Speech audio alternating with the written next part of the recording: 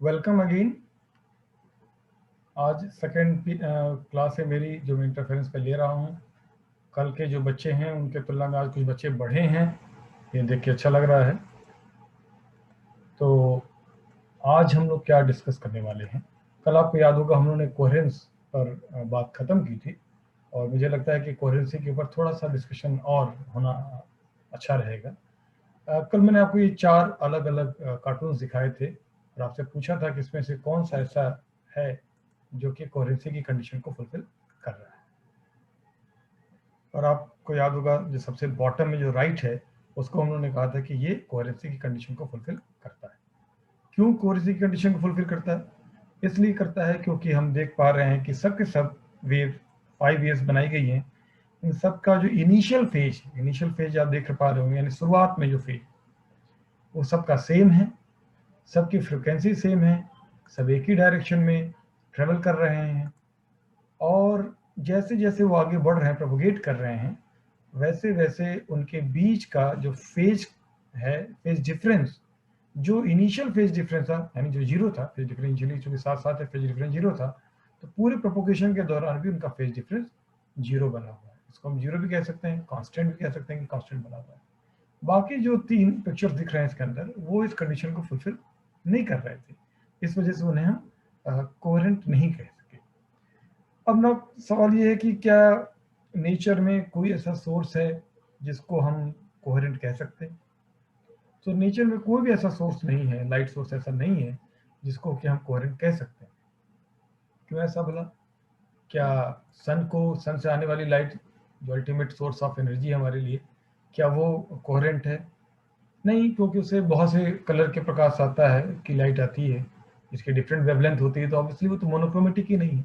और कोहेरेंसी की आपको याद होगा कि हमने कंडीशन बताई थी कि सबसे बड़ी बात तो इसे मोनोक्रोमेटिक होना चाहिए, और जितनी भी वेव्स निकल रही हैं उनके बीच में फेज लॉक होना चाहिए। फेज लॉक का मतलब कि उनके बीच में फेज डिफरेंस आइदर जीरो हो और कांस्टेंट हो। इन दो कंडीशन को सन से जो लाइट आती है वो फुलफिल नहीं करती है। तो जो हमने आर्टिफिशियल लाइट सोर्स बना रखे हैं, घर में बल्ब होता है, या ट्यूब लाइट जिसे हम फ्लोरेसेंट लैंप कहते हैं, या CFL है, या LED है, क्या ये इस कंडीशन को फुलफिल करते हैं? सो क्या जो लाइट सोर्स हैं जो हमने आर्टिफिशियली बना रखे हैं, क्या ये सब कोहेरेंट हैं? तो नहीं, इनमें से कोई भी कोहेरेंट नहीं है, क्योंकि सबके सब वाइट लाइट सोर्सेज हैं, और वाइट लाइट सोर्सेज में डिफरेंट वेवलेंथ की लाइट होती है, तो ये सभी कोई भी इसमें से कोहेरेंट नहीं है। तो जो हम लैब में इस्तेमाल करते हैं, जैसे कि sodium lamp, laser, mercury lamp, क्या इनमें से कोई ऐसा है जो कि कोहेरेंसी की कंडीशन को फुलफिल करता है? तो अब यहाँ पर थोड़ा, क्योंकि लैब में एक्सपेरिमेंट में कोई अगर सोर्स इस्तेमाल हो रहा है तो ऑब्वियसली फिर तो सोचने की बात हो जाती है। तो सबसे पहले हम सोडियम लैम्प की बात करते हैं। देखिए, सोडियम लैम्प में क्या होता है कि 2 लाइन्स ऐसी होती हैं जो विजिबल रीजन में पड़ती हैं, आपने जरूर पढ़ा होगा, D1 एंड D2 लाइन्स। इसका एक की जो वेवलेंथ होती है वो 5890 होती है, और एक की होती है 5896। ऑन एन एवरेज इनको हम बोलते हैं 5893। तो यानी कि 2 कलर्स हो गए, 5890, 5896। तो सोडियम लैम्प, या सोडियम लैम्प जो सोर्स है, लाइट सोर्स है, वो भी स्ट्रिक्टली मोनोक्रोमेटिक नहीं है, बल्कि क्या कहेंगे हम, डाइक्रोमेटिक है। 2 कलर्स हैं जो विजुअल रीजन में पड़ते हैं। Although they are so close, just difference is 6 angstrom, कि हम उसको कई बार मोनोक्रोमेटिक मान लेते हैं, और मोनोक्रोमेटिक मानकर उसको हम अपने लैब में इस्तेमाल करते हैं। क्या लेजर जो है, जिसको कि हम सिंगल कलर मानते हैं, क्या वो मोनोक्रोमेटिक है? जो आमतौर पे लेजर आपको देखने को मिलता है, जिसको डायोड लेजर कहते हैं, वो तो मोनोक्रोमेटिक नहीं है, उनका तो काफी वाइड बैंड होता है। हाँ, कलर एक होता है, लेकिन आप जानते हैं कि अगर रेड कलर का भी अगर लेजर है, तो रेड कलर की वेवलेंथ की पूरी एक रेंज है, और पूरी रेंज में कोई एक वेवलेंथ नहीं है, वो बैंड ऑफ द वेवलेंथ है। इस वजह से उसे भी हम स्ट्रिक्टली मोनोक्रोमेटिक नहीं मान सकते, लेकिन हाँ, काफी हद तक मोनोक्रोमेटिक है। लेजर मोनोक्रोमेटिक की बारे में डिटेल हम 4th यूनिट में डिस्कस करेंगे। कोई भी सोर्स स्ट्रिक्टली मोनोक्रोमेटिक नहीं है, पहली बात। तो चलिए मान लिया हम सोडियम लैम्प को मान के चलते हैं, दो हैं, 2 कलर्स हैं, चलिए पास पास हैं, मोनोक्रोमेटिक मान लेते हैं और काम चलाते हैं। क्या सोडियम लैम्प कोहेरेंट है? एक ही सोडियम लैम्प का सोर्स लें, और उसी तरह का एक और दूसरा भी ले लें, 2 सोडियम लैम्प ले लें, और उनको दो सोर्सेज की तरह इस्तेमाल करें और कहें कि दोनों मोनोक्रोमेटिक हैं, इसलिए दोनों मिलकर कोहेरेंट सोर्सेज के तौर पे काम कर सकते हैं। क्या ऐसा हो सकता है? नहीं, ऐसा भी नहीं हो सकता। दो सोडियम लैंप जिनको फिलहाल हमने मोनोक्रोमेटिक मान लिया है, वो दो अलग अलग सोर्स हैं, इस वजह से वो कोहेरेंट नहीं हो सकते। क्यों? क्योंकि कंडीशन सिर्फ एक नहीं है कि मोनोक्रोमेटिसिटी होनी चाहिए, दूसरी कंडीशन क्या है कि उनके बीच में फेज डिफरेंस या तो जीरो हो या कांस्टेंट हो। तो क्या उस कंडीशन को फुलफिल करते हैं? नहीं। क्यों नहीं करते? होता ये है कि जो लाइट एमिट होती है किसी भी सोर्स से, चाहे वो ट्यूबलाइट हो, चाहे वो CFL हो, चाहे वो लैंप हो, सोडियम लैंप हो, चाहे सन हो, वो एमिशन ऑफ द फोटोन। और एमिशन ऑफ फोटोन कब होता है? आपने एटॉमिक फिजिक्स पढ़ा होगा। जब भी कोई एटम ग्राउंड स्टेट से एक्साइटेड स्टेट में जाता है और वो वहाँ पर ज़्यादा देर तक रह नहीं सकता क्योंकि वो अनस्टेबल स्टेट है, फिर वो डाउनवर्ड ट्रांजिशन करता है और इस दौरान जो उसके पास एक्स्ट्रा एनर्जी होती है, ये जो -E1 जिसे कहते हैं, उस एनर्जी को फोटोन की एनर्जी के फॉर्म में इफेक्ट कर देता है। हम डिस्कस कर रहे थे कि कोहेरेंट सोर्सेज प्रोड्यूस करने के फिर क्या मेथड हो सकते हैं, और उनको मेथड्स को हम दो हिस्सों में डिवाइड करते हैं। तो है डिवीजन ऑफ वेवफ्रंट और दूसरा है division of amplitude. Division of wavefront का मतलब क्या हो गया? आपको याद होगा, आपने यंग डबल स्लिट एक्सपेरिमेंट किया हुआ है और वो डिवीजन ऑफ वेवफ्रंट का ही एग्जांपल है।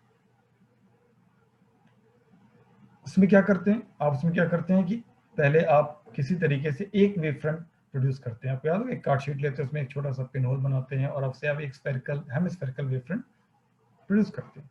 फिर उसके आगे फिर एक और आप एक शीट लेते हैं, उसमें आप दो होल बनाते हैं जिनके डिस्टेंस पहले वाले होल से बिल्कुल बराबर दूरी पर होता है।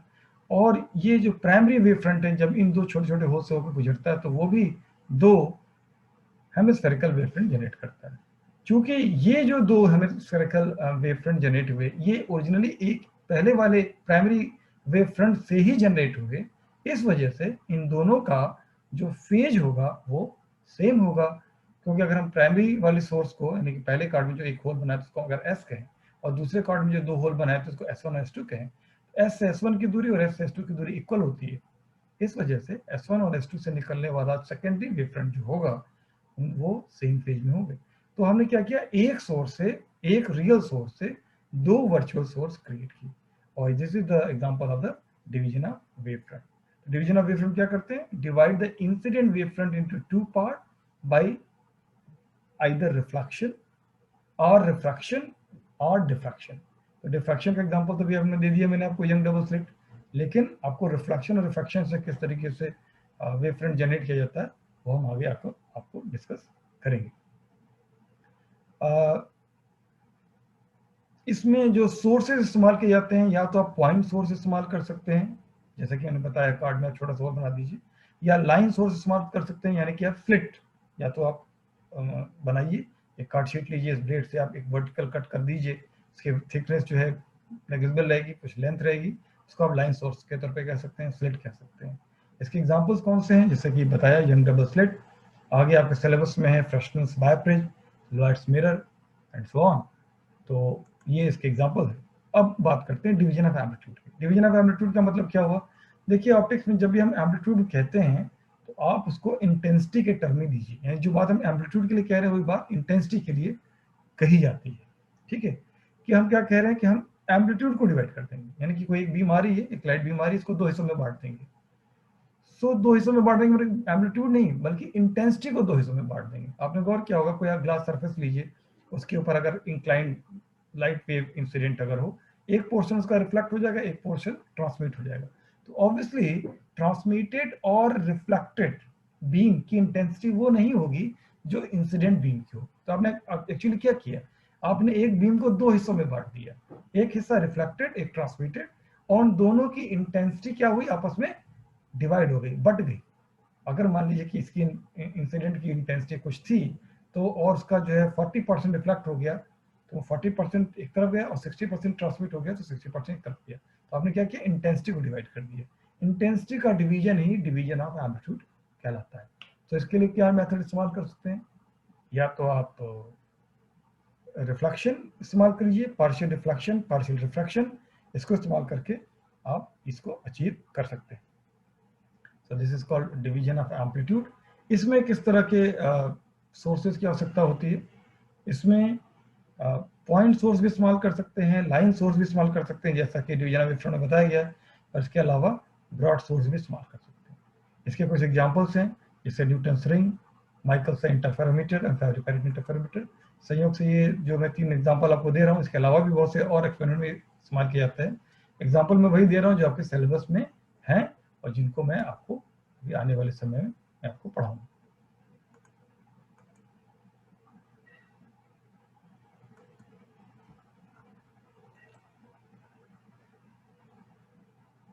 ओके, इसके पहले कि हम आगे बढ़ें, अब हम डिस्कस करेंगे एक खास सिद्धांत के बारे में, इसको हम कहते हैं प्रिंसिपल ऑफ सुपरपोजिशन।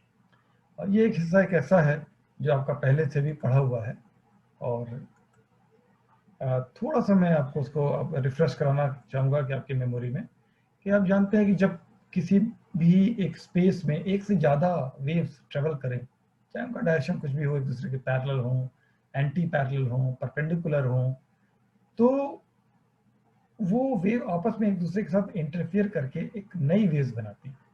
तो जब हम बात करते हैं तो कहते हैं 2 वेव्स, लेकिन ये बात सिर्फ 2 वेव्स के लिए लागू नहीं होता। आप 2 या 2 से ज़्यादा कितनी भी वेव्स हों, n नंबर ऑफ वेव्स हों, अगर वो आपस में इंटरफेयर करें तो उनका जो रिजल्टेंट होता है, उसका जो नेचर होता है, नेचर का मतलब 3 चीज़ों से है: एम्पलीट्यूड, फ्रीक्वेंसी और फेज। ये इनका जो नेचर होता है वो नेचर बिल्कुल चेंज हो जाता है। तो ये नेचर कैसे चेंज हो जाता है, इसी को समझाने के लिए जो सिद्धांत इसको कहते हैं प्रिंसिपल ऑफ सुपरपोजिशन। वो क्या हो जाता है, जो रिजल्टेंट, मान लीजिए कि एक स्पेस में कई सारी वेव ट्रेवल कर रही हैं और उस मीडियम में, मीडियम पार्टिकल मान लीजिए जैसे कि एयर ही है, तो एयर का एक पार्टिकल है, तो उस पार्टिकल के ऊपर सभी वेव्स का अपना अपना असर होगा। तो उस पार्टिकल को वाइब्रेट करा रहा है, अगर एक वेव वाइब्रेट करा रहा है तो दूसरा भी कराएगा, तीसरा भी कराएगा, चौथा भी कराएगा, सभी कराएंगे। तो हर एक की वजह से उस पार्टिकल का जो डिस्प्लेसमेंट है, अलग अलग की वजह से, मान लीजिए एक की वजह से y1 है, दूसरे की वजह से y2 है, and so on, n number है तो yn तक हो जाएगा। तो रिजल्टेंट डिस्प्लेसमेंट क्या होगा? तो कहते हैं जो रिजल्टेंट डिस्प्लेसमेंट होगा वो इन सबका डिस्प्लेसमेंट का एल्जेब्रिक सम होगा, यानी कि y equal to y1 plus y2 plus y3 so on up to yn। लेकिन यहाँ पर चूंकि जब हम डिस्कस करेंगे इंटरफेरेंस में, तो आमतौर पे हम 2 वेव्स लेकर ही बात करेंगे। तो जब तक हम इंटरफेरेंस की बात कर रहे हैं तो y equal to y1 plus y2 up to yn की बात नहीं करेंगे, हम कहेंगे y equal to y1 plus y2। So मान लीजिए कि इंटरफेरेंस में 2 वेव्स हैं और वो दोनों वेव्स को आप मान लीजिए उनके लिए आप एक वेव इक्वेशन लिखें। एक के लिए लिखें y1 equal to a1 sin omega t और दूसरे के लिए लिखें y2 equal to a2 sin omega t plus delta. देखिए गौर कीजिएगा, दोनों के एम्पलीट्यूड डिफरेंट है, एक a1 है, एक a2 है, लेकिन फ्रिक्वेंसी सेम है। इसी वजह से उनकी एंगुलर फ्रिक्वेंसी दोनों की ओमेगा है।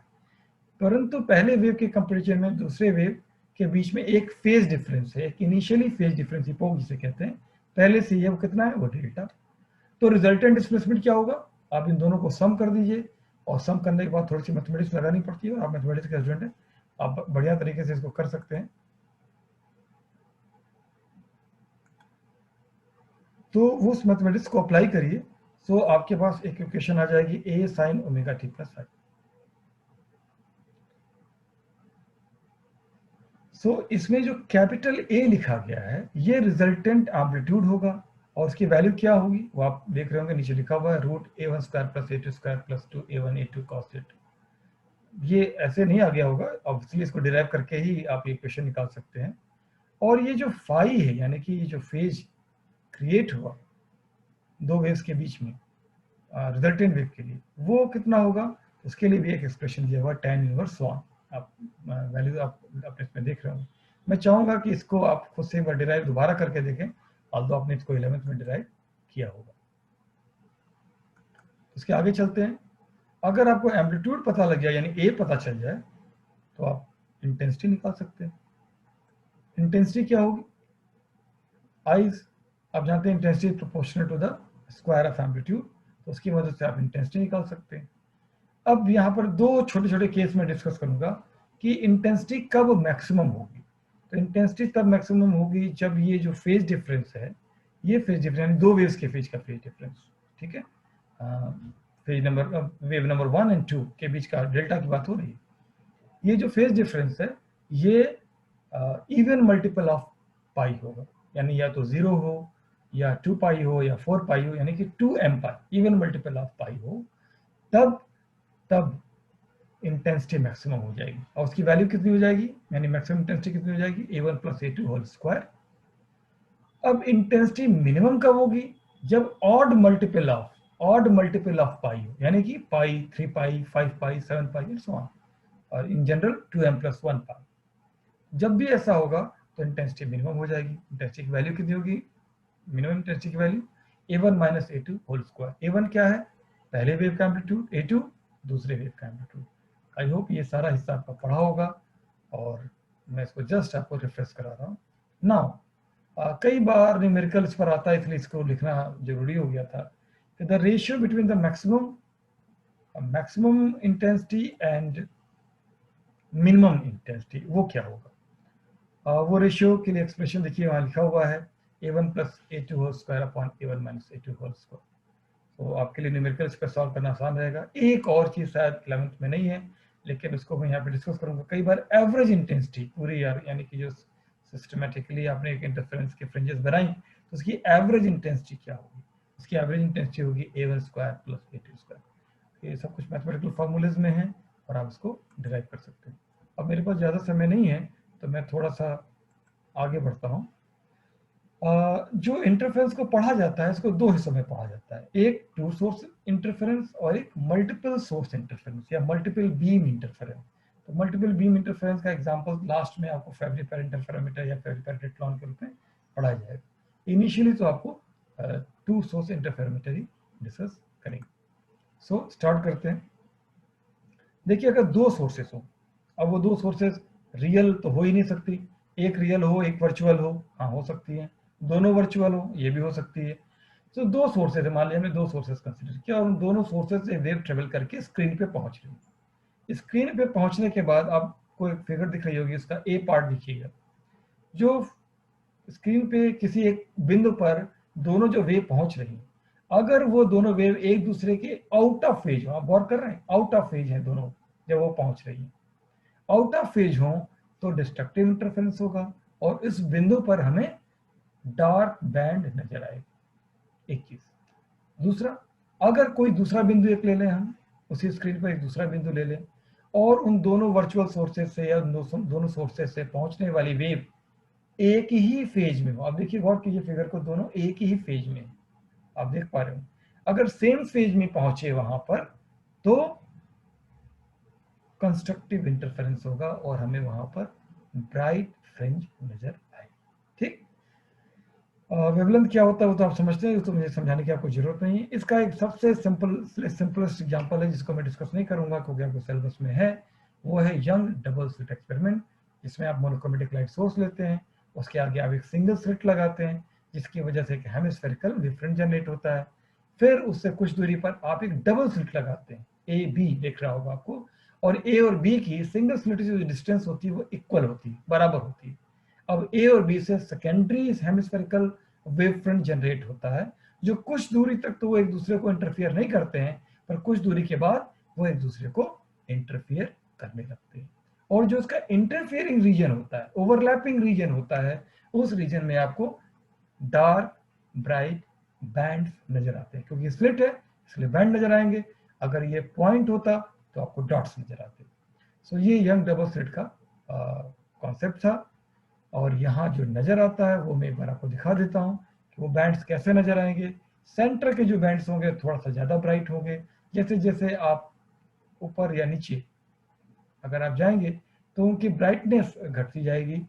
और इसको इंटेंसिटी वेरिएशन के थ्रू दिखाया गया हुआ है कि देखो सेंटर वाले के देखिए इंटेंसिटी सबसे ज्यादा है, एम्पलीट्यूड ज्यादा है तो इंटेंसिटी भी ज्यादा है, लेकिन साइड वाले दोनों तरफ यानी कि जीरो के अलावा फर्स्ट सेकंड राइट साइड में देखिएगा, उनसे कंपेयर करें तो इंटेंसिटी थोड़ा थोड़ा कम होने लगती है, लेकिन उनके बीच का जो सेपरेशन है वो बिल्कुल इक्वल रहता है। ये बहुत ध्यान रखिएगा कि वो डिफ्रैक्शन में ऐसा नहीं होता, तो इंटरफेरेंस की एक खास बात।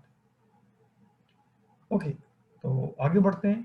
आगे हम जो हमारे सिलेबस में है, जो खुद भी टू बीम इंटरफेरोमीटर का एक एग्जांपल है, वो है फ्रेस्नेल बाइप्रिज्म। उसको अब डिस्कस करते हैं कि फ्रेस्नेल बाइप्रिज्म क्या है। फ्रेस्नेल बाइप्रिज्म के जो हम प्रिंसिपल्स को डिस्कस करेंगे, अभी तो कंस्ट्रक्शन डिस्कस कर रहे हैं, जब हम नेक्स्ट लेक्चर में प्रिंसिपल्स को डिस्कस करेंगे तो वो बिल्कुल वैसा ही है जैसा कि यंग डबल स्लिट में आपने पढ़ रखा है। इसलिए मैं चाहूँगा कि यंग डबल स्लिट मैंने आपको मेमोरी में रिफ्रेश तो करा दिया है, अब आगे चलकर जरा सा उसका जो डेरिवेशन पार्ट है, जिससे कि आप जो फ्रिंज बीम की जो विड्थ निकालने का जो फार्मूला है वो आप डिराइव करते हैं, वो एक बार जरूर से अपनी 11th की बुक में जाकर देखें, ठीक है। तो यहाँ मैं उसके आउटकम को डिस्कस करने वाला हूँ। Now we will discuss about Fresnel biprism. जैसा कि नाम से जाहिर है, बाइप्रिज्म यानी दो प्रिज्म। इनिशियली फ्रेस्नेल ने दो प्रिज्म को लिया और उन एक बैक टू बैक दोनों को आपस में जोड़ दिया। कहने में बहुत ज़्यादा अच्छा मज़ा नहीं आता है, आपको एक फिगर में दिखाता हूँ जिससे आप इसको ज़्यादा बेटर अंडरस्टैंड कर पाएंगे। अब ये देख रहे होंगे, ये जो दो प्रिज्म है बैक टू बैक, यानी दोनों के बेस को आपस में जोड़ा जाएगा, एक के बेस को दूसरे बेस। ये वो वाला प्रिज्म नहीं जो आपने आप तक देखा होगा, आइसोसेलेस या इक्विलैटरल, वैसा प्रिज्म नहीं है ये कैसा राइट एंगल प्रिज्म है। तो प्रिज्म तो आप जानते हैं कि तीन रेक्टेंगुलर सरफेस से घिरा हुआ और जिसका ट्रायंगुलर क्रॉस सेक्शन है उसको प्रिज्म कह सकते हैं। तो ये भी वो कंडीशन को पूरी करता है, ये भी ट्रायंगुलर क्रॉस सेक्शन है और तीन इसके रेक्टेंगुलर सरफेसेस हैं, जैसा कि पहले भी हमने प्रिज्म के बात की थी। तो ये प्रिज्म ही है, कोई कंफ्यूजन मत आ पाइएगा। लेकिन ये प्रिज्म ऐसा है कि जिसका जो वर्टेक्स एंगल है, जिसका प्रिज्म एंगल करते हैं, वो 179 डिग्री होता है। जब आप दोनों को जोड़ देंगे तो इसका जो प्रिज्म एंगल है ए, वो 179 डिग्री होगा। तो जो उसके साइड के एंगल्स होंगे, बेस के लगकर जो एंगल होते हैं साइड के एंगल्स, फेसेस एंगल, वो कितने हो जाएंगे? Just half degree. तो हाफ डिग्री तो बहुत ही कम हो गया, यानी बेस की जो लाइन है, अगर उसका आप एंगल निकालेंगे तो कितना निकालेंगे? 180। और जो वर्टेक्स का एंगल है वो कितना है? 179 डिग्री, केवल 1 डिग्री का फर्क। तो अगर आप ऐसा बाइप्रिज्म हाथ में लेकर देखेंगे तो आपको लगेगा ये तो दोनों तरफ से एकदम फ्लैट है, लेकिन एक्चुअली एक तरफ से फ्लैट नहीं होता, हल्का सा उभार होता है। यहाँ तो फिगर में फिर भी उन्होंने बढ़ाकर दिखाया हुआ है ताकि समझ में आए कि ट्रायंगुलर जैसा है। तो ये इसका शेप होता है, ऐसा कंस्ट्रक्शन होता है। शुरुआत में फ्रेस्नेल ने दो प्रिज्म को जोड़ के बनाया, लेकिन अब ऐसा नहीं करते। अब क्या करते हैं, एक ही ग्लास शीट लेते हैं, प्लेन ग्लास शीट लेते हैं और उसको दोनों तरफ से पहले क्या करते हैं, ग्राइंड करते हैं, जिसे कहते हैं ढाल बनाते हैं, इधर भी उधर भी दोनों तरफ के ढाल बनाते हैं। और इस तरीके से ढाल बनाते हैं कि इसका जो एंगल है वो क्या हो जाए, वो हाफ डिग्री हो जाए। और उसके बाद उसको पॉलिश कर देते हैं। पॉलिश करने पर क्या होगा, वो चिकना हो जाता है। इसके सभी सरफेस जो है वो रिफ्रैक्टिव सरफेसेस होते हैं, बेस भी रिफ्रैक्टिंग होता है, तो किसी भी तरफ से लाइट आ सकती जा सकती है। तो तीनों सरफेसेस को जो रेक्टेंगुलर सरफेसेस हैं उनको चिकना कर देते हैं। अब तीसरी फिगर देख रहे होंगे, वो एक 3 डायमेंशनल फिगर है। इससे आपको अंदाजा लग रहा होगा आखिर बाइप्रिज्म एक्चुअली देखने में कैसा लगता है। अब क्या करते हैं कि जो बाइप्रिज्म का जो किनारा होता है उसको हल्का उसको कट कर देते हैं। इसलिए कट कर देते हैं कि किनारा क्या होता है, हाफ डिग्री होने की वजह से बिल्कुल रेजर शार्प, बिल्कुल ब्लेड की तरह बहुत शार्प हो जाता है। तो अगर आप उसको हाथ में उठाएं तो हाथ कटने का डर रहता है, इसलिए उसको किनारे से कट कर देते हैं। उससे कोई फर्क नहीं पड़ता, एंगल वही रहेगा, हाफ ही डिग्री रहेगा, भले आप उसको किनारे से कट कर दें।